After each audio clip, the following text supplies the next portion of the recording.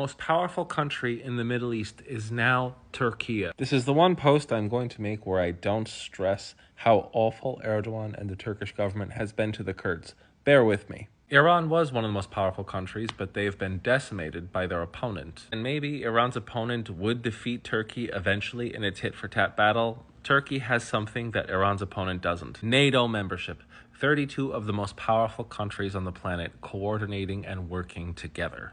No country can stand against it. Now, don't get me wrong about Egypt. You have the largest army, you have the largest air force around in the area, but your tech is quite obsolete compared to Turkey because they have the most recent NATO equipment. They have a standing army of about 445,000 troops. Their air force is about 1,226 fighter jets, and they have about 1,421 advanced military drones because Turkey is one of the largest drone producers in NATO, which means that in all of NATO, Turkey has the second largest army, the second largest drone fleet, and the second largest air force underneath the United States.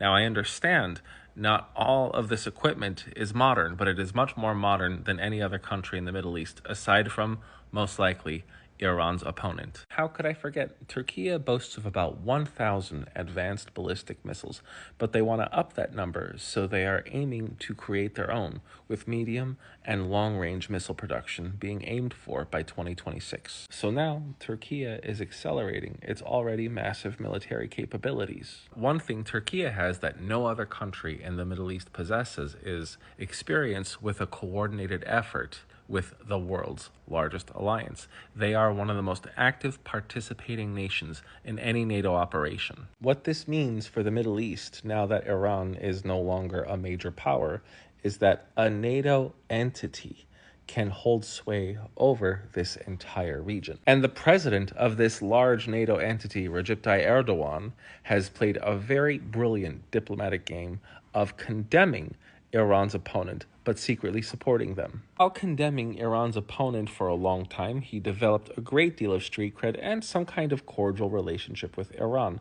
But his recent move into liberating Syria, or at least helping facilitate that liberation, means that Iran lost a major corridor and a munitions producer from that regime fleeing. And remember, not only did Turkey deprive Iran of their crucial corridor in Syria, they also gave Iran's enemy a little chunk of land, and they expanded their territory. So I would pay little to no attention to what President Erdogan says, but only what he's doing. He knows where his bread is buttered. As a result, Turkey is the new sheriff in town. It also means that the country of Turkey gets to expand its influence in all of Africa because it actually is a huge military influencer in over half of the continent. Despite my feelings about Erdogan's regime, he is one of the few counters to unfettered Russian, Chinese, and Iranian influence in this continent. No matter how the conflict between Iran and their opponent ends, Turkey will be the mediator of this, even though Russia